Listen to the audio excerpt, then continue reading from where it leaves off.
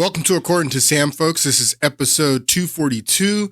Hope you guys have had a good week. We're going to get right back into where we left off in the last podcast. I have a lot to share with you guys. Probably going to be talking about this for the next few weeks. And what we're talking about is this dynasty. That was the title of my last podcast. We were talking about this family and the 24 years represented by these three presidents. But it's actually, if you include the father of George W. Bush in succession, you had the 4 years of George H.W. Bush, 8 years of Clinton, 8 years of Bush's son, George W. Bush, and 8 years of their cousin,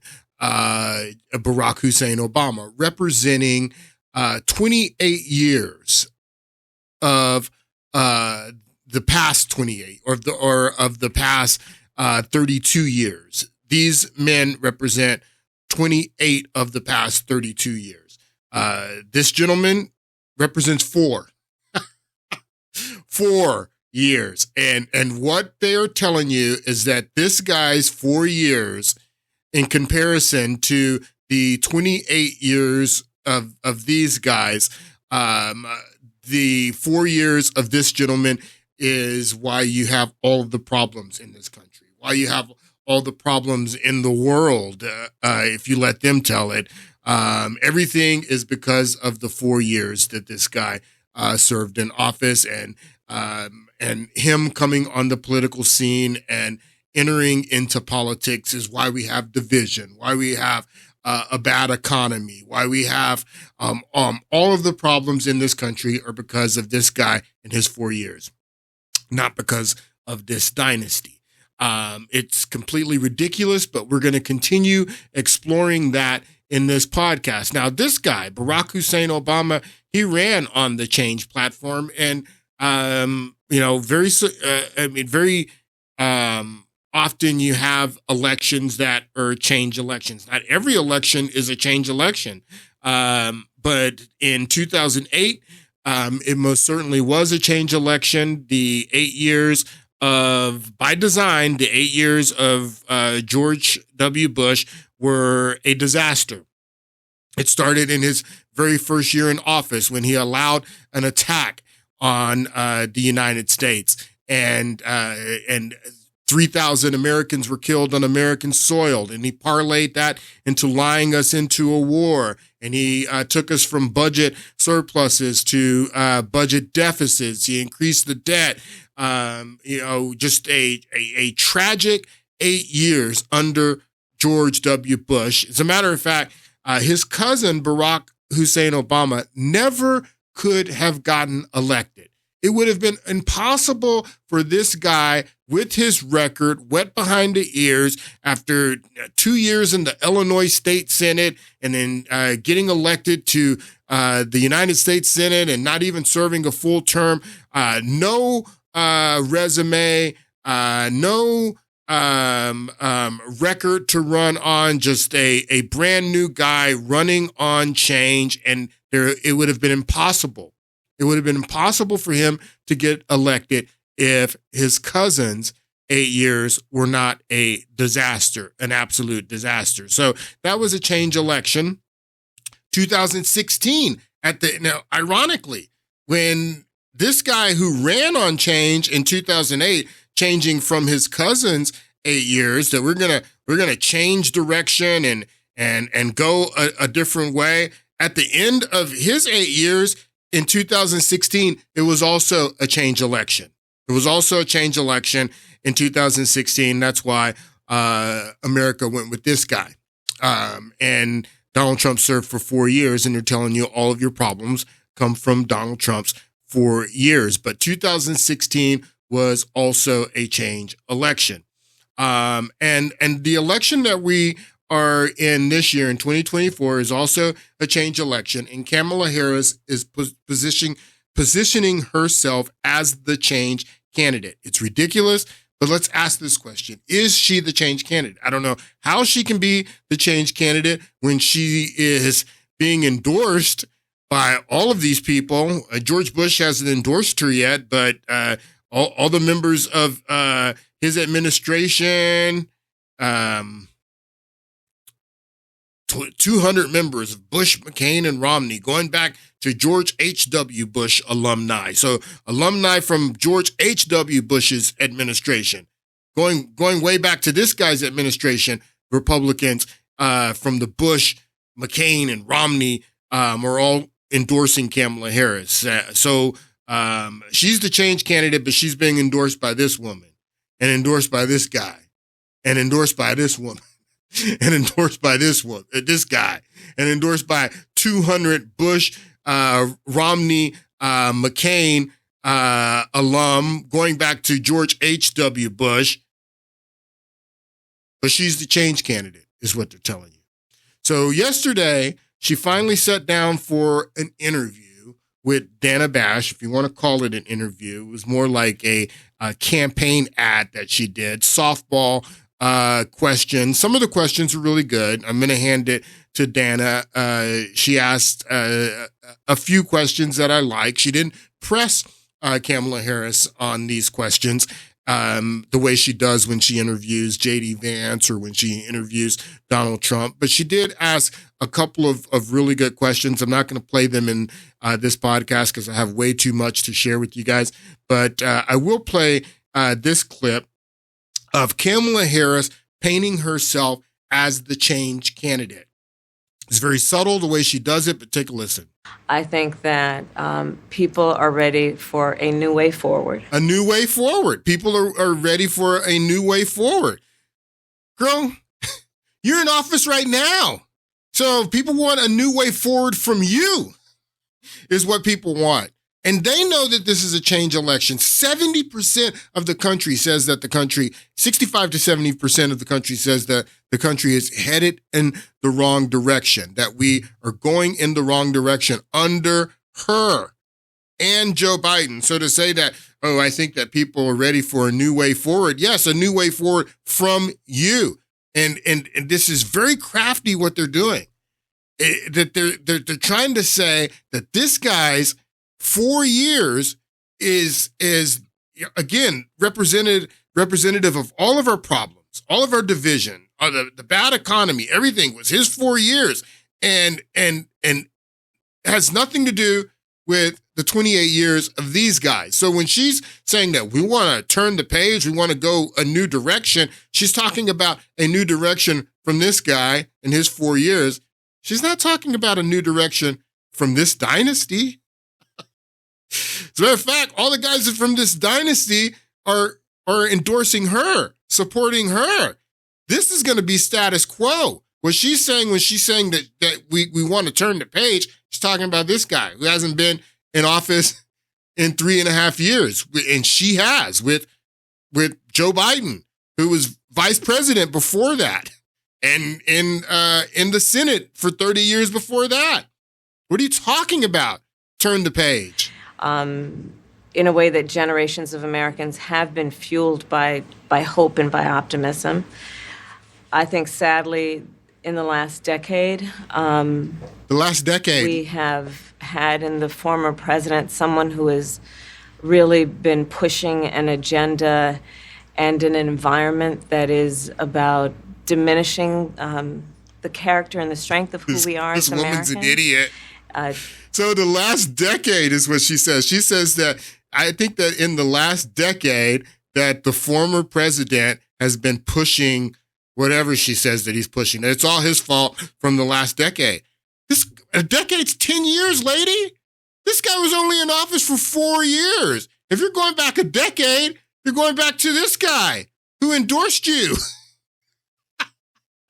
and his vice president, who is your current boss, who is the current president of the United States. You're saying that all of this stuff started a decade ago, for the past decade, and Trump's only represents 4 years from the past decade? A decade ago, you're saying that this stuff started a decade ago. That's 2014. That's when Barack Hussein Obama was president, and your current boss, Joe Biden, was vice president a decade ago, huh? This is hilarious. Let's listen to more. The American people. I think that people are ready for a new way forward. New way forward. In a way that generations of Americans have been fueled by hope and by optimism. I think, sadly, in the last decade, we have had in the former president someone who has really been pushing an agenda and an environment that is about diminishing the character and the strength of who we are as Americans, really dividing our nation, and I think people are ready to turn the page on that. So what would you do? Turn the page on that. So what she is doing is she's painting herself as the new page. She's in office right now. And she's been there for 3.5 years. All of the people from the past 28 years, 24 years are endorsing her, Republican and Democrat. Now, George Bush hasn't come out yet. There's a lot of people saying that the word on the street is that he wants to come out and endorse. It wouldn't surprise anyone if he came out and endorsed Kamala Harris. He is a warmonger. He is an evil person. Of course he supports Kamala Harris. Of course he does. I mean, it wouldn't surprise anyone if he came out. All the members of his cabinet and McCain's cabinet and Romney. Well, McCain didn't have a cabinet and Romney didn't have a cabinet either, but members of their campaigns and Bush's cabinets and Bush's father. Now, all the alum, they've come out already and endorsed her. Why would anyone be surprised if George H.W. Bush came out and endorsed her? So she is getting the endorsement of the dynasty that has been in charge of this country for 28 of the past 32 years. And she's saying that she represents the change. She represents the turning of the page. And that's a message that Simple Jack got. Simple Jack got that message. Let's listen to him.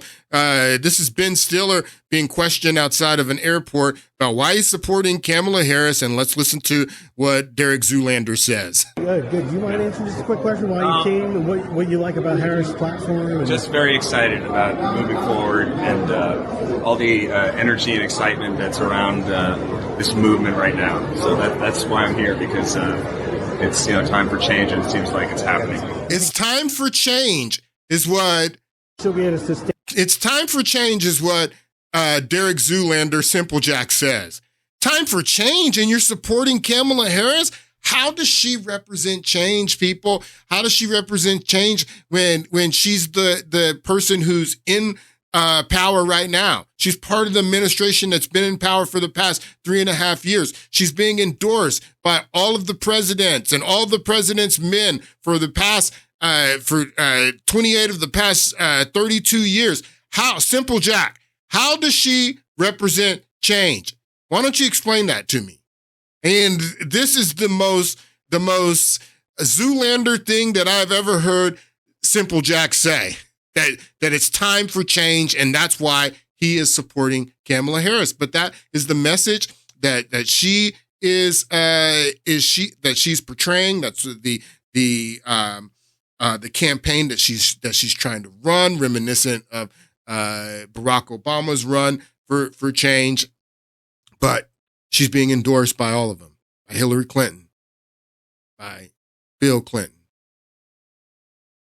by Michelle Obama, by Barack Obama, by all of the Bush, McCain, and Romney alums, by the entire establishment. I mean, people, to put this in terms of Star Wars, if you've ever watched any of the Star Wars movies and you know the theme of the Star Wars movie, if you are voting for Kamala Harris, you are voting for the Empire, not the Rebel Alliance.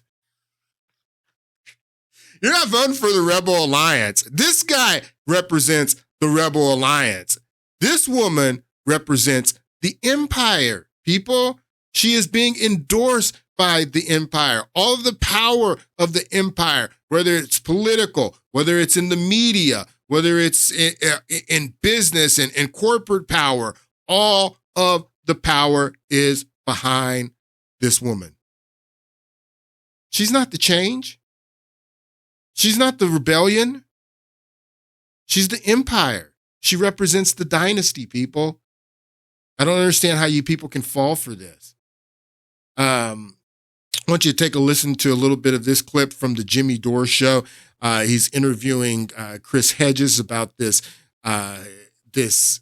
200 Republicans, Bush, McCain, and Romney alumni, going back to George H.W. Bush coming out and endorsing Kamala Harris. And both of these guys are liberals. Chris Hedges, Jimmy Dore, they're both liberals. And they're talking about these Republicans and this alliance that has taken place with these Rockefeller, conservative Republicans that I told you about in the last podcast, that are represented by the Bushes, by the Cheneys, by the Romneys, by the McCains, that those people are all joined with Republicans now and in endorsing Kamala Harris. And these two liberal former Democrats, but liberals that are not Trump supporters, they're reacting to that. Take a listen. There's more than 200 Bush, McCain, and Romney alumni. They have just endorsed President Kamala Harris. And it's the 200 Republicans. She's not president yet, Jimmy. I bet it's the good Republicans, right? More than 200 Bush, McCain, Romney aides endorse Harris. And the majority of the group also endorsed President Biden in 2020. The group wrote a letter announcing the endorsement. The USA Today reported the letter said it was a reunion of sorts from 2020, though it added the additional Bush alumni in particular were added to the group this cycle that are opposing Trump and backing Harris. Wow. Right, because we only have we have two parties. We have the Trump cult party, whatever you want to call it. He's certainly a cultish figure at this point. And then we have the establishment party, because the Republican Party and the Democratic Party, especially beginning with Clinton, just basically fused into one party. Fused into one party. The Clinton and the Bushes and the Bush Republicans, they fused into one party. Now, this is coming, I mean, this is the same thing I was explaining to you in the last podcast. This is coming from these left-wing guys, but they're explaining it exactly the way I explained it to you in the last podcast. This is the establishment party. This dynasty represents the establishment party, and they've all endorsed Kamala Harris. So, I mean, there's basically just two viable parties right now. You have the MAGA Republican Party, all of the Rockefeller Republicans that are represented by the Bush, Romney, McCain faction have fled the Republican Party. They're not welcome anymore. And these neocon Rockefeller Republicans have joined with the Democratic establishment, and they represent the establishment party, is what Hedges is saying. Especially beginning with Clinton, just basically fused into one party. There's no difference between the establishment Republican Party and the establishment Democratic Party. This has been true for decades on all of the major issues: trade deals, wholesale surveillance, austerity, the military, industrial complex. I mean, there's insane things where the Congress actually gives the Pentagon more money that is in the budget. Yes. There's no difference. So they fight over what Freud called the narcissism of minor difference. But on all of the structural major issues, they're completely in lockstep. There's no difference. So why not just become one party, which is what happened. And they don't like Trump for all of the reasons we know. He's mercurial and impulsive, and they can't control him. And I'm not a Trump supporter, but yeah. So it shows how there really is very little daylight between, and this has been true for a long time, between establishment Republicans and establishment Democrats. I mean, there's no difference, is what he says. No difference.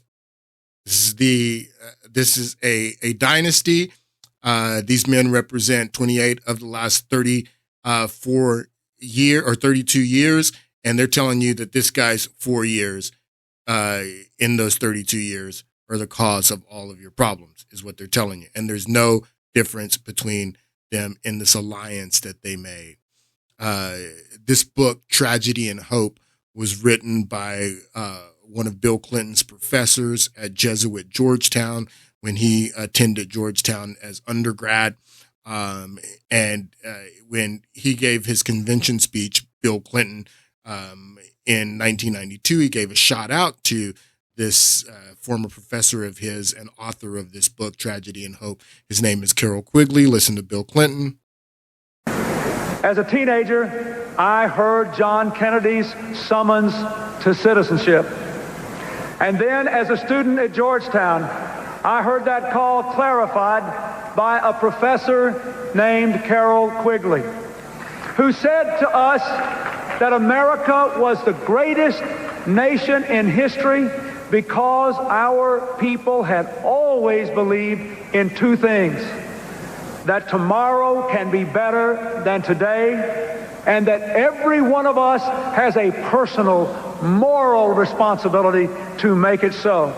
So, interesting thing about this book, Tragedy and Hope, and Carroll Quigley, this book, you really can't even find all of it today. And if you do, you have yourselves a collector's item, because this book was never meant for public consumption. It talks about the Anglo-American Empire, talks about Cecil Rhodes, who is the founder of Rhodesia. He is also the founder of the Rhodes Scholarship at Oxford University in England. Actually, Bill Clinton, after he left Georgetown, he went to England and attended Oxford for a short period of time on a Rhodes Scholarship. He's a Rhodes Scholar.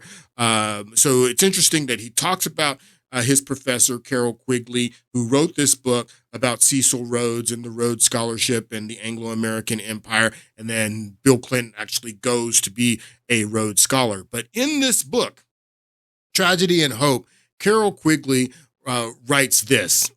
And this is one of the most famous quotes from this work. And there's a lot in that book, Tragedy and Hope. But he says that the argument that the two parties should represent opposite ideals and policies, one perhaps from the right and the other from the left, is a foolish idea acceptable only to doctrinaire and academic thinkers. Instead, the two parties should be almost identical, so the American people can, in quotations, throw the rascals out. So why does, and I've talked about this before, but why does Carroll Quigley put throw the rascals out? When he writes this, he puts throw the rascals out in quotations, because throw the rascals out is what the American people think. That's what they say. He says that the parties should be almost identical, that you can't tell the difference from the parties, very subtle, slight differences. But the American people go to the polls every 4 years with the idea that they're throwing the rascal out.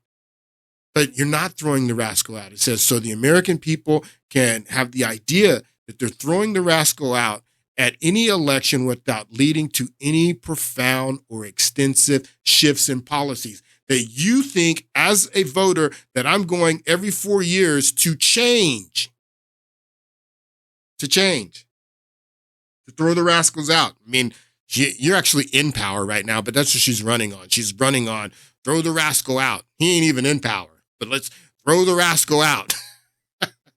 That's how you go from Clinton to throw the rascal out, Bush to throw the rascal out, Obama, and then now they're telling you throw the rascal out who is not even in power, to change to Kamala Harris. This is what Carroll Quigley writes in Tragedy and Hope. And there's more to this. Let's look at, I want to find the one that has the rest of the quote here. Here it is right here. So and the reason that I didn't show this quote, because if you notice, a lot of people quoted without putting throw the rascals out in quotations the way that Carol Quigley writes it in the book. You can see this is a quote that doesn't have "throw the rascals out" in quotations. No, "throw the rascals out" should be in quotations because that's what the American people are saying to themselves as they're going to the poll, that we're throwing the rascals out. But the rest of this quote is correct. Also, this portion wasn't included in the other portion. Let me just read this part. I'm just going to read the whole quote again. It says, "The argument that the two parties should represent opposite ideals and policies is a foolish idea." This isn't the full quote. "Instead, the two parties should be almost identical so that the American people can throw the rascals out at any election without leading to any profound or extensive shifts in policies." This is the part that is not included in the other quote. "Then it should be possible to replace it every 4 years, if necessary, by another party which will be none of the things but will still pursue with new vigor approximately the same basic policies." Doesn't matter if it's Democrat or Republicans. The parties should be identical. So the American people think that they're throwing the rascal out every 4 years, but you're getting the exact same policies, That's what you got from Barack Hussein Obama when he says that he is running on change. He says he's running on change, but you didn't get any change. I love this from Michelle Obama in her speech at the DNC when she says this. Take a listen. "We know folks are going to do everything they can to distort her truth. My husband and I sadly know a little something about this. For years, Donald Trump did everything in his power to try to make people fear us. See, his limited, narrow view of the world made him feel threatened by the existence of two hardworking, highly educated, successful people who happen to be black." I mean, no, lady. 4 million people that voted for your husband in 2028 did not vote for him in 2012. Your husband is the first president to get less votes for his reelection and win reelection. Many people, like myself, who voted for your husband in 2008 didn't have nothing to do with you being highly educated and being a person of color in the White House or nothing of that sort. The reason that we turned against your husband had nothing to do with the color of your skin or any of that stuff. What we turned on your husband is because your husband said that he was going to change. And we believe that when we voted for your husband, that we were throwing the rascals out. And that was a lie. Your husband was a rascal along with them. We weren't throwing the rascal out when we voted for your husband, lady.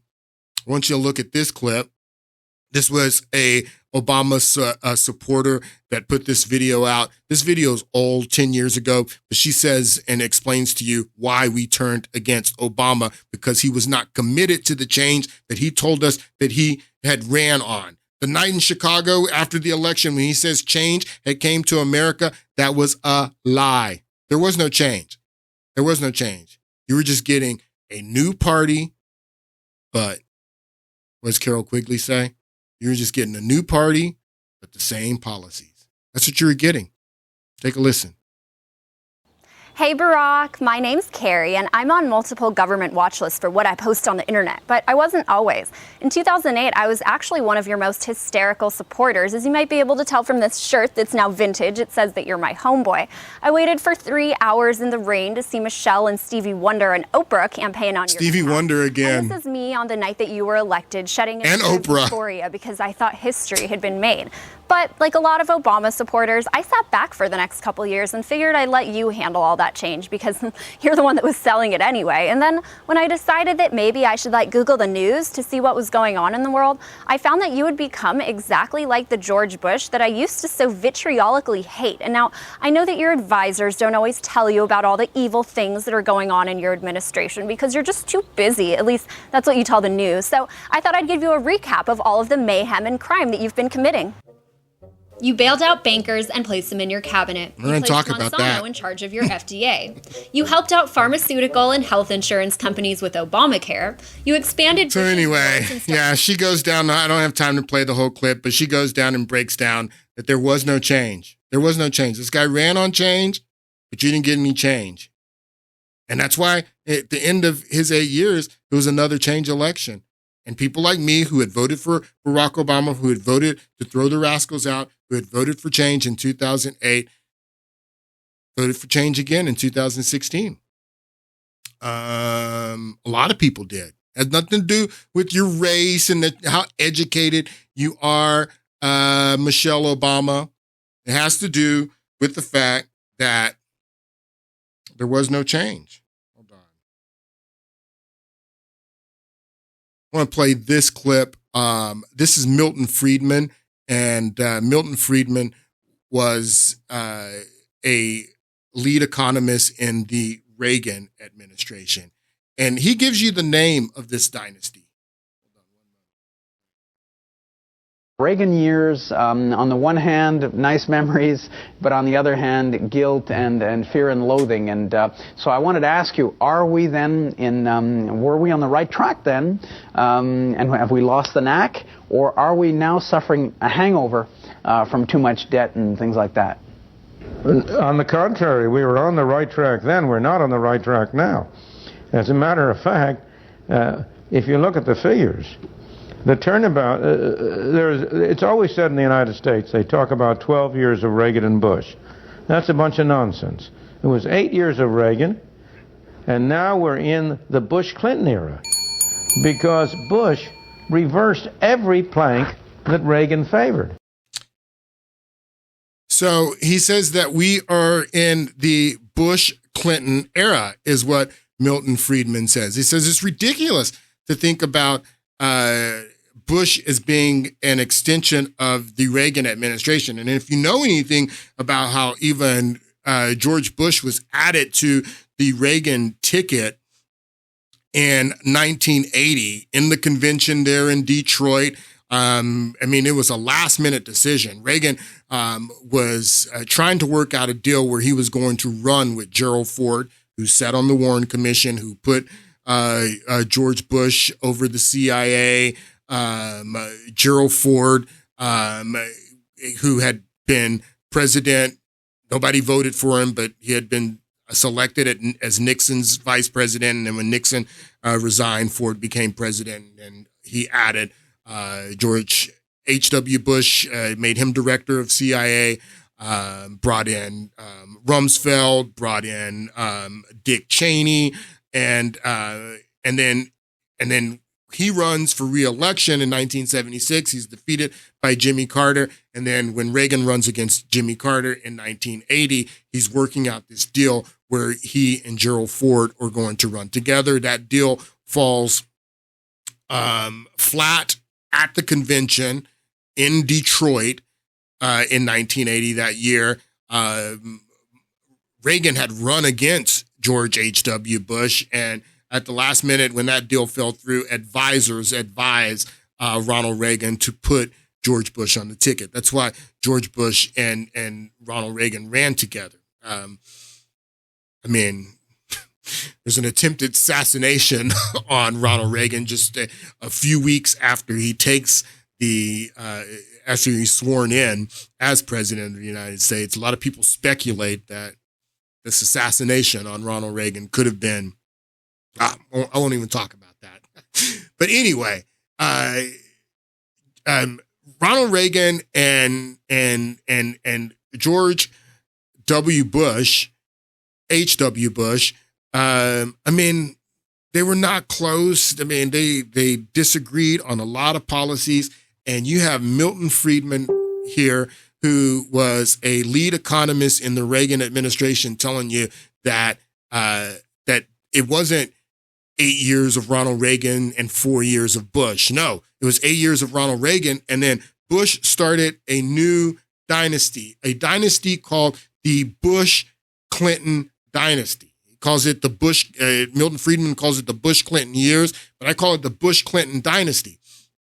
Roman dynasties often not often, but a lot of Roman dynasties had two names of two emperors, like the Julian Claudinian dynasty, which included Julius Caesar's, Octavian, Claudius, all the way to Nero, multiple emperors, but we call it the Julian Claudinian dynasty because two families kind of meshed together. Again, the Nerva Antonius dynasty goes from Nerva all the way to Commodus, includes Commodus, Marcus Aurelius, Antonius Pius, Trajan, all these different emperors, but we call it by two names. And now there were some dynasties in Rome that only have the name of one family, and those are the dynasties we usually think of. But I'm telling you, there's some precedent of having the two different families in the name of two families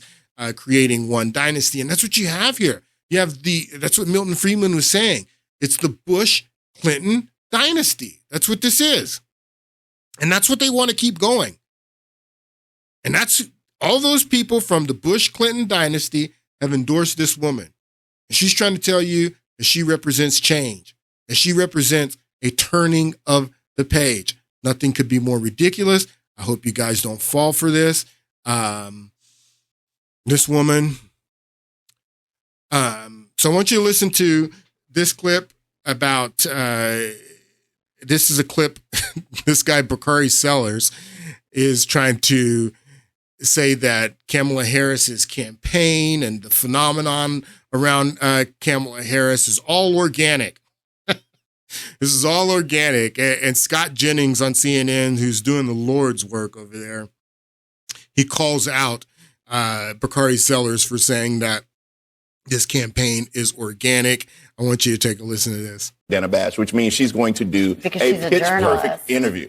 And I think that is what we need, and that's what people want. The American public, and that goes back to my entire point.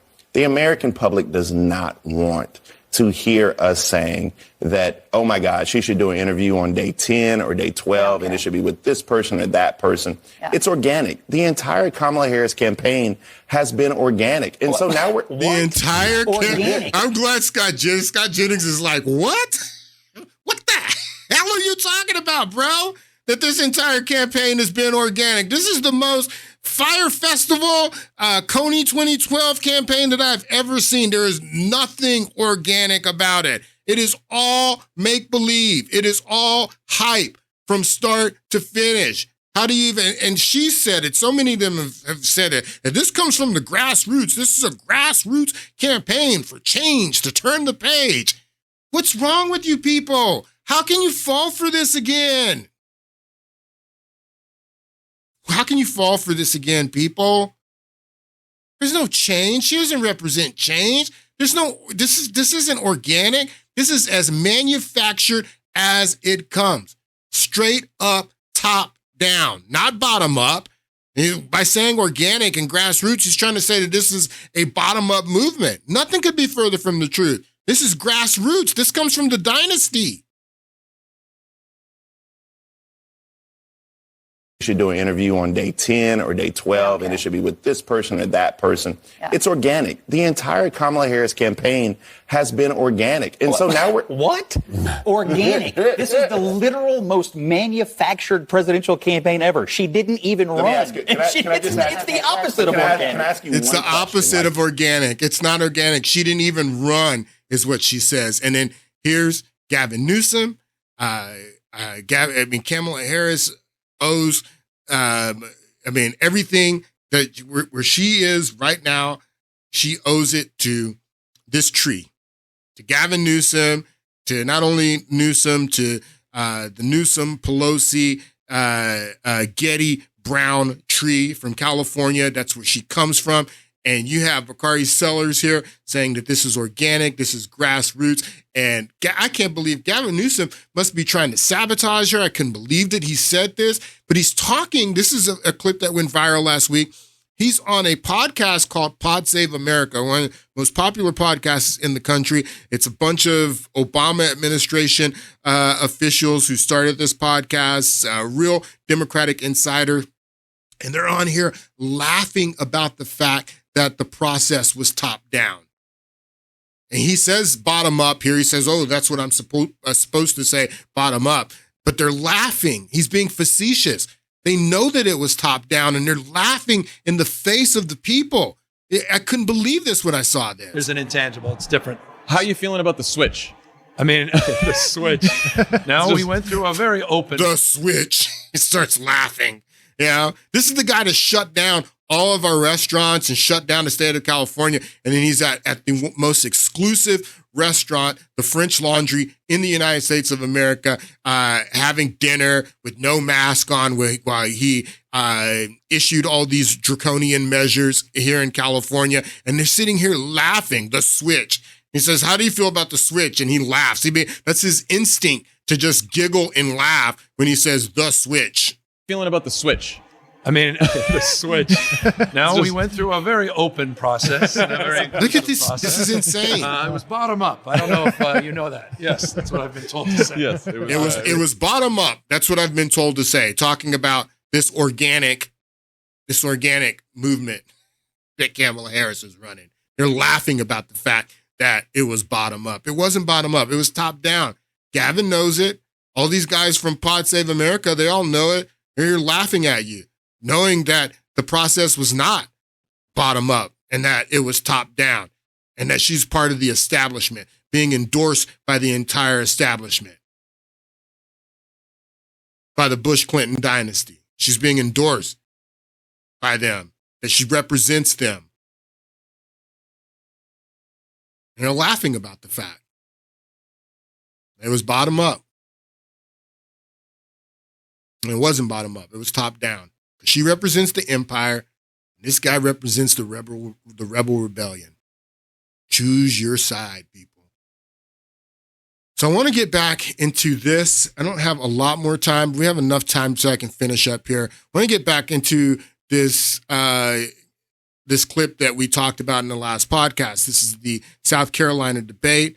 I told you how the Bush-Clinton dynasty in 2016, they were trying to run Bill Clinton's wife and George Bush's brother, and they were trying to hedge their bets.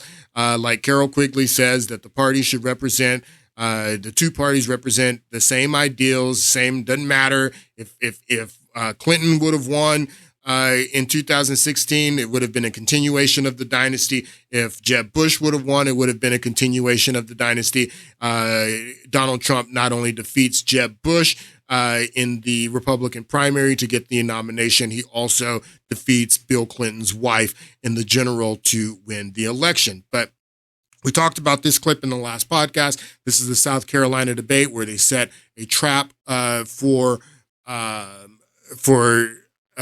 Donald Trump. They tried to get him to answer questions about impeaching President Bush for the war in Iraq. Now, if you listen to the question, we're only going to listen to the question because the question is hugely important, because the question pertains to Nancy Pelosi.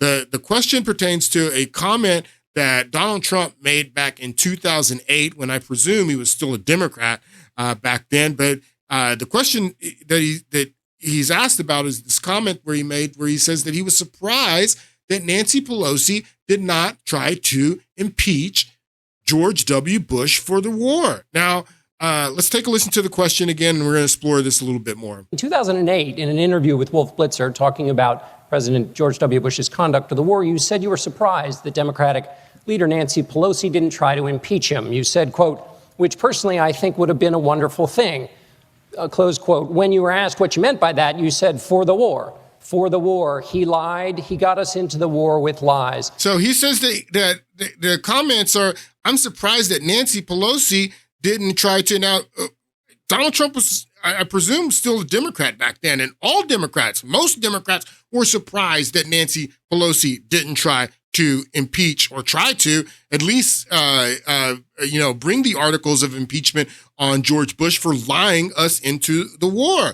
And that shouldn't surprise anyone, because when Nancy Pelosi became the first female Speaker of the House after the 2006 election, when Republicans are routed, Democrats win 33 seats in the Senate, or no, those 33 seats that are up for grabs. How many seats did they win total? Let's see here. 31 seats in the House of Representatives is what they won. They're taking control of the House of Representatives, and Nancy Pelosi becomes the first female Speaker of the House.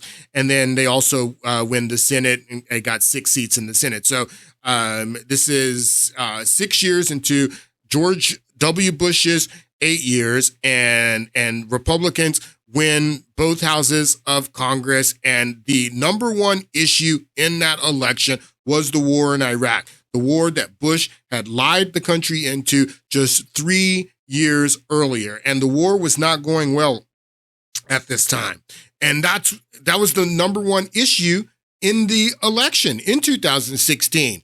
And Nancy Pelosi was running on it. Take a listen. One issue she is fighting about here is Iraq. Are we safer in America because of this war? She opposed the war from the start.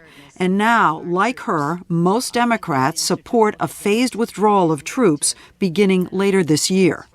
Does that not open you up, then, to that charge of cutting and running? This is just what they're saying. The issue is them. The issue is the war that they got us into. If the president wants to say the war in Iraq is part of the war on terror, he's not right. Do you not think that the war in Iraq now, today, is the war on terror? No. The war on terror is the war in Afghanistan. But you don't think that the terrorists have moved into Iraq now? Yes, they have. The jihadists in Iraq. But that doesn't mean we stay there. That means they'll stay there as long as we're there. They're there because we're there. What do you say to a Republican? I've heard this, that you, meaning the Democrats, but Nancy Pelosi as well, do not understand the serious nature of this threat, of the jihadists. I, as a mother and a grandmother, 14 years on the Intelligence Committee, don't tell me I have any underestimation of what the threat is to our country. So this interview that she does on 60 Minutes is earlier in the year in 2006, before the election in November. So she's in the minority when she's giving this interview, but she's running on Iraq. She's running on Bush's lies to get us in Iraq. You're calling for the troops to be withdrawn immediately. That's what not only her, all the Democrats that won and routed Republicans in 2006, that was the number one issue. That's what they were all running on.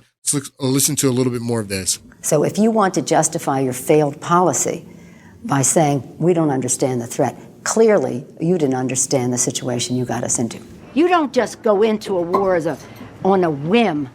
The Democrats think Iraq is a winning issue for them, and so Pelosi fires away as she campaigns for different candidates almost every day. Every day. She is in Armani, in Connecticut. So they were campaigning on it. They were all campaigning on it. She was campaigning on it. And Nancy Pelosi, she admits that she knew that Bush had lied us into the war. She says that she knew that he was lying from the beginning. That Bush had lied us into the war. Take a listen. Thank you. Thank you for bringing up the question about, because when I became Speaker the first time, there was overwhelming call for me to impeach President Bush on the strength of the war in Iraq, which I vehemently opposed. And again, I said it other places. That was my wheelhouse. I was intelligence. I was the ranking member on the Intelligence Committee, even before I became part of the leadership of Gang of Four. So I knew there were no nuclear weapons in Iraq.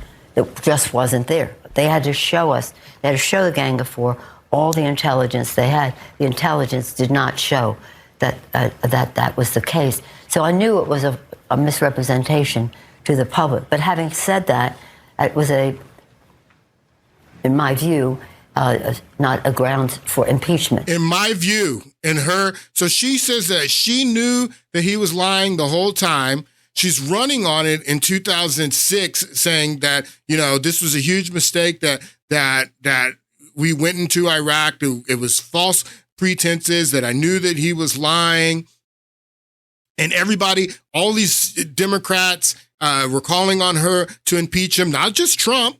And Trump was a Democrat back when he was calling on that. But even as a Republican, of course, Bush should have been impeached for lying us into that war. What happened? Why did Nancy Pelosi impeach George W. Bush? She tells you here that it was her own personal opinion that him lying us into a war, lying in us and telling us that Saddam Hussein had weapons of mass destruction, nuclear weapons is what she says specifically, that he was buying yellow cake uranium from Niger, using manufactured intelligence that had already been told to him was not real intelligence about the yellow cake from Niger. All of that stuff. That's not grounds for impeachment, but you impeach Donald Trump?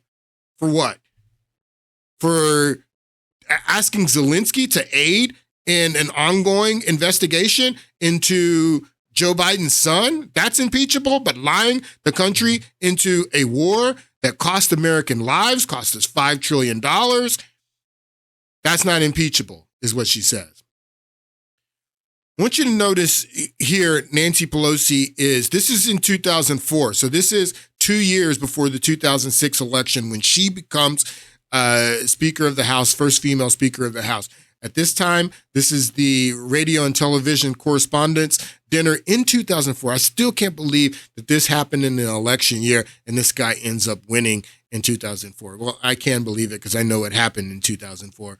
But this was George Bush joking and laughing with members of the press, members of Congress. Nancy Pelosi's here in tuxedos and fine clothes while the war is going on, while people are dying in Iraq, and he's laughing, and they're all laughing about the fact that there are no weapons of mass destruction. She says she knew that he was lying. She says she knew that he was lying. She's here. Listen to this. Laughing it up with George Bush about no weapons of mass destruction. Do you know what Rummy's favorite TV show is? Queer Eye for the Straight Guy.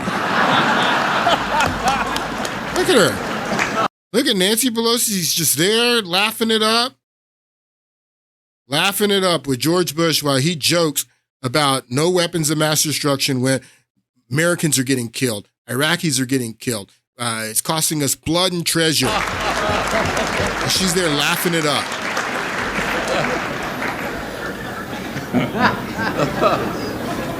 Those weapons of mass destruction got to be somewhere.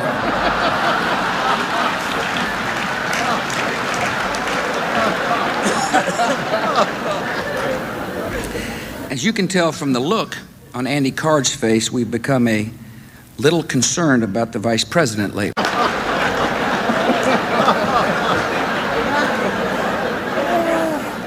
But we get along well. Here I am saying, Dick, if the Hunan Palace doesn't get lunch here in 4 minutes, we're going out. Nope, no weapons over there. Listen to the crowd laughing. Nope, no weapons over there. People are dying in Iraq at the very time. This is just a year later. The war in Iraq started in March of 2003. This is March of 2000. This is just a year later. People are dying. Iraq is a hellscape because of the lies that Nancy Pelosi says that she knew that George Bush was lying about. She knew he was lying. And then just 4 years or 2 years later, she becomes Speaker of the House. And Donald Trump's like, hey, I can't believe you didn't impeach George Bush. Why didn't you impeach George Bush? You knew he was lying, lied us into a war. This is what they try to trap Trump with. But it's a really interesting question about why Nancy Pelosi didn't try to impeach Donald Trump. And that's because Nancy Pelosi comes from a family, a very political family that, she's not a part of the Bush-Clinton dynasty, but the family and the tree that she comes from is also a very powerful political family. And they protect each other. She had no intentions of impeaching George Bush because she was going to protect George Bush. They protect each other. They all get rich by looting the country. It's Pelosi's husband. And she's in Congress He makes all the trades and makes all the money based on what they pass in Congress. And they all loot, and they all loot the country and take advantage of the American people, and they all protect each other. It wasn't even on the table. It wasn't even part of the discussion. It was never going to happen. Nothing in her personality. It was never going to happen. So what happened? Well, we end up in San Francisco. We raise our 5 children. And when the children were in school all day, then she started doing volunteer stuff. I wanted to listen to this my father in when he became mayor of Baltimore. This part about Nancy Pelosi's father and her upbringing, political upbringing with her father, who was mayor of Baltimore. And then I have one more clip that I'm going to share after this to talk about this tree, because this is where Kamala Harris comes from. Kamala Harris comes from California politics. She is first elected DA of San Francisco when Gavin Newsom is the mayor of San Francisco, and then Jerry Brown comes back into office and becomes governor, and then Jerry Brown picks Gavin Newsom as his lieutenant governor, and then Kamala Harris, of course, Jerry Brown and Gavin Newsom, under them, they changed this state forever. They changed the state forever. And then when Kamala Harris runs for attorney general, of course, she cleans house. She runs against some DA from LA. I mean, our elections are not fair in California. These guys make sure that she is attorney general. So she comes up through this Pelosi, Brown, Newsom, Getty tree is why you have to understand who these people are and what this tree is all about. But take a listen to more of this clip about Nancy Pelosi's father. Chop on a stick. This is delicious. But 2.